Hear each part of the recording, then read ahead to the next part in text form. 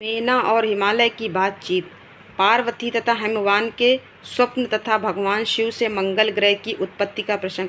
ब्रह्मा जी कहते, नारद, जब तुम स्वर्गलोक को चले गए तब से कुछ काल और व्यतीत हो जाने पर एक दिन मेना ने हिमवान के निकट जाकर उन्हें प्रणाम किया। फिर खड़ी हो वे गिरी कामनी मेना अपने पति से विनय पूर्वक बोली। मेना ने कहा, प्राणनाथ, उस दिन नारद मुनि ने जो बात कही थी उसको स्त्री स्वभाव के कारण मैंने अच्छी तरह नहीं समझा। मेरी तो यह प्रार्थना है कि आप कन्या का विवाह किसी सुंदर वर के साथ कर दीजिए। वह विवाह सर्वथा अपूर्व सुख देने वाला होगा। गिरिजा का वर शुभ लक्षणों से संपन्न और कुलीन होना चाहिए। मेरी बेटी मुझे प्राणों से भी अधिक प्रिय है। वह उत्तम वर पाकर जिस प्रकार भी प्रसन्न और सुखी हो सके वैसा कीजिए। आपको मेरा नमस्कार है।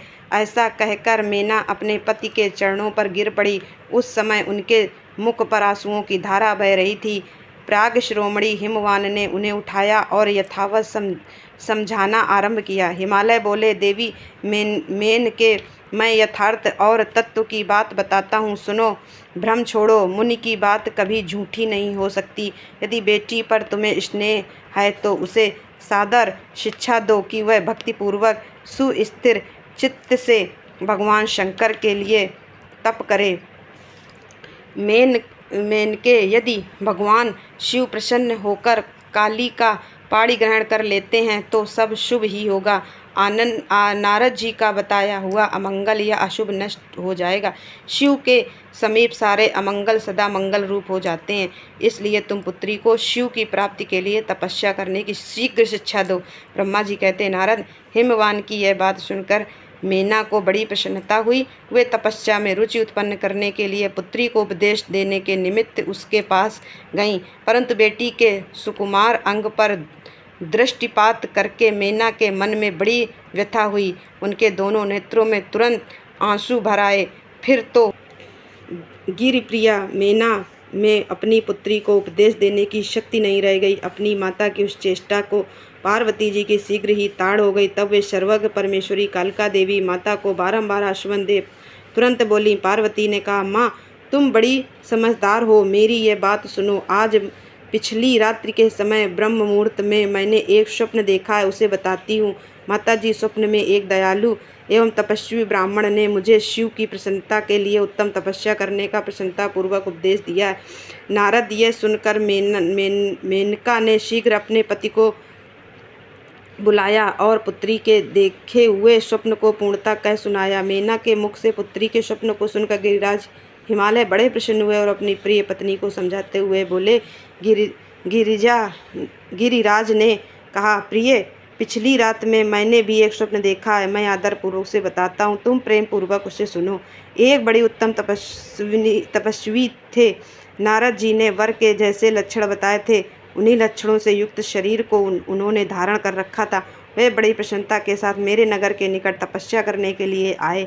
उन्हें देखकर मुझे बड़ा हर्ष हुआ और मैं अपनी पुत्री को साथ लेकर उनके पास गया। उस समय मुझे ज्ञात हुआ कि नारद जी के बताए हुए वर भगवान शंभु ये ही हैं।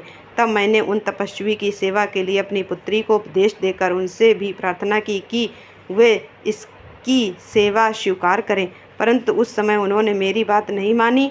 इतने में ही वहाँ शाख और वेदांत के अनुसार बहुत बड़ा विवाद छिड़ गया। तदनंतर उनकी आज्ञा से मेरी बेटी वहीं रह गई और अपने हृदय में उन्हीं की कामना रखकर भक्तिपूर्वक उनकी सेवा करने लगी। सुमुखी, यही मेरा देखा हुआ स्वप्न है जिसे मैंने तुम्हें बता दिया। अतः प्रिय, मैंने कुछ काल तक इस स्वप्न के फल की परीक्षा या प्रतीक्षा करनी चाहिए।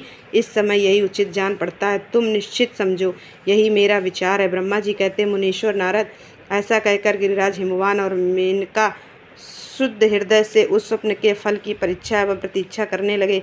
देवर्षि शिव भक्त शिरोमणि भगवान शंकर का यश परम पावन मंगलकारी भक्ति वर्धक और उत्तम है। तुम इसे आदर पूर्वक सुनो। दक्ष यज्ञ से अपने निवास स्थान कैलाश पर्वत पर आकर भगवान शंभु प्रिया विरह से कातर हो गए और प्राणों से भी अधिक प्यारी सती देवी का हृदय से चिंतन करने लगे।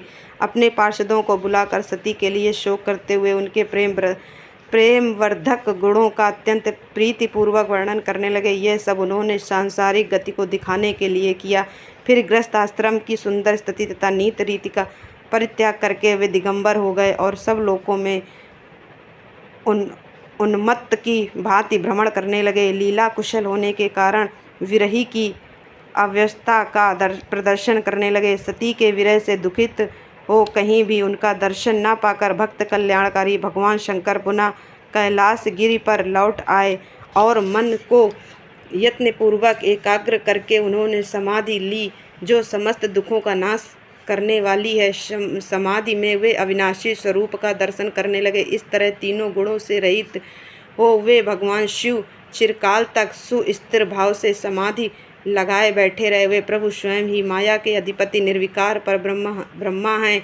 तदनंतर जब असंख्य वर्ष व्यतीत हो गए तब उन्होंने समाधि छोड़ी। इसके बाद तुरंत ही जो चरित्र हुआ उसे मैं तुम्हें बताता हूँ।